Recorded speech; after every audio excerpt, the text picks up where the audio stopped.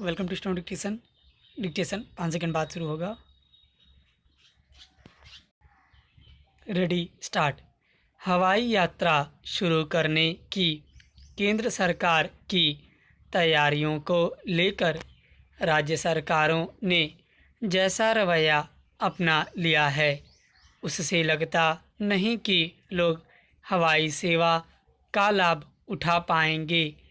जहां महाराष्ट्र सरकार 25 मई के बजाय कुछ दिन बाद हवाई सेवा शुरू करने की बात कह रही है, वहीं अन्य राज्य सरकारें यह कह रही हैं कि वे विमान यात्रियों को क्वारंटाइन में रहना अनिवार्य बनाएंगी।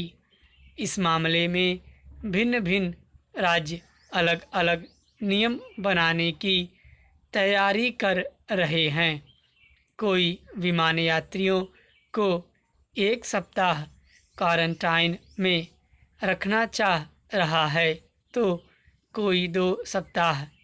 कुछ अपने और दूसरे प्रांतों के यात्रियों में भेद करने का उपक्रम कर रहा है। आखिर काम धंधे के सिलसिले में एक से दूसरे राज्य जाने वाले लोग 1 या 2 सप्ताह क्वारंटाइन में जाना क्यों पसंद करेंगे? अगर वे क्वारंटाइन होंगे तो फिर उनके काम का क्या होगा? आश्चर्य नहीं कि वे क्वारंटाइन में जाने के बजाय हवाई यात्रा स्थगित करना पसंद करेंगे। मुश्किल केवल यह नहीं कि राज्य सरकारें घरेलू विमान सेवा शुरू करने में ही असहयोग का परिचय दे रही है। वे 1 जून से शुरू होने वाली सीमित रेल सेवा को लेकर भी आनाकानी करती दिख रही हैं। राज्यों के ऐसे रवैये को देखकर यह कहना कठिन है कि उनकी दिलचस्पी आवाजाही को प्रोत्साहित करके कारोबारी गतिविधियों को आगे बढ़ाने में है।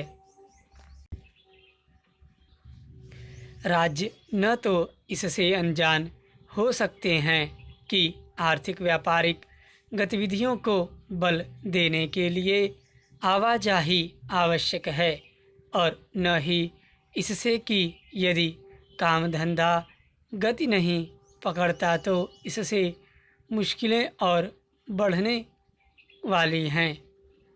समझना कठिन है कि आरोग्य सेतु ऐप से लैस और सेहत की प्रारंभिक जांच से गुजरने वाले यात्रियों की आवाजाही पर अड़ंगे क्यों लगाए जा रहे हैं।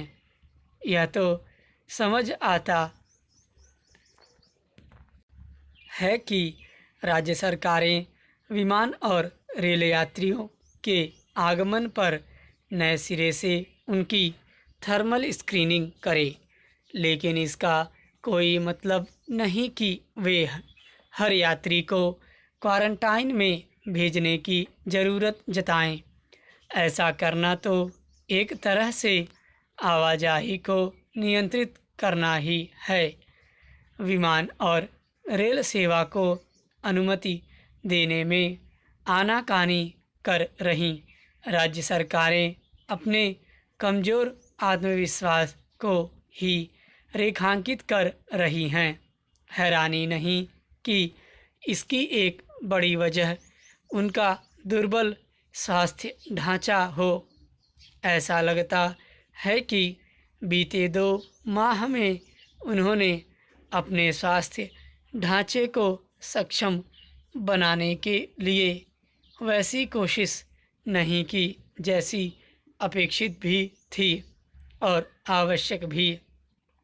निस्संदेह कोरोना वायरस का संक्रमण रोकने के लिए सतर्कता बरतना समय की मांग है, लेकिन उसके नाम पर आवाजाही को हतोत्साहित करना तो बिल्कुल कुल मिलाकर मुसीबतें बढ़ाने वाला काम ही अधिक है। स्टॉप।